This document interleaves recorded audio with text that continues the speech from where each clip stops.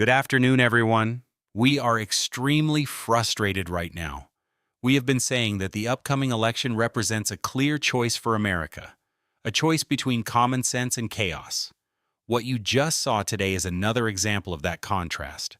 For the third time, nearly every Democrat in the House, except four, voted against a bipartisan, bicameral Department of Homeland Security funding bill. This bill would have reopened DHS and helped get our airports running normally again. They opposed it for one reason: to protect criminal, illegal immigrants. That is what this entire debate is about, and there's no way to hide from it. They continue to put these votes on record. In fact, I suggested yesterday that we should print this vote tally and display it in every airport across America, so people can see who is responsible for long lines and security risks. Let's remember what's at stake. The Department of Homeland Security is the third largest federal agency, with 10 divisions responsible for keeping Americans safe. This includes FEMA, TSA, and the Coast Guard, all essential services. Right now, many of these workers are not being paid, which creates serious risks and disruptions. So the question for Democrats is simple: how long will this continue? Are we waiting for a major security breach on a plane, or a disaster we cannot properly respond to? This is not a game. But their actions suggest they are not taking it seriously. They are prioritizing the interests of criminal, illegal immigrants over American citizens.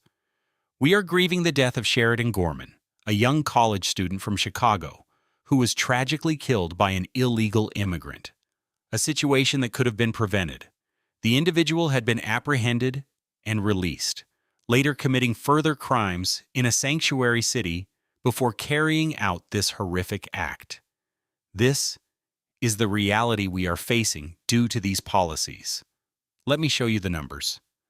In a recent vote to express support for the Department of Homeland Security, every Republican voted yes.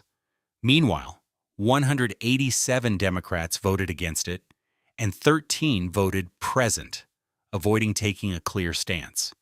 This election is about a fundamental choice: common sense versus chaos. These policy decisions are harming real Americans, and enough is enough. Now I'll take a few questions. When asked about a final Senate proposal to fund DHS, excluding certain enforcement operations, the response was that the situation is difficult.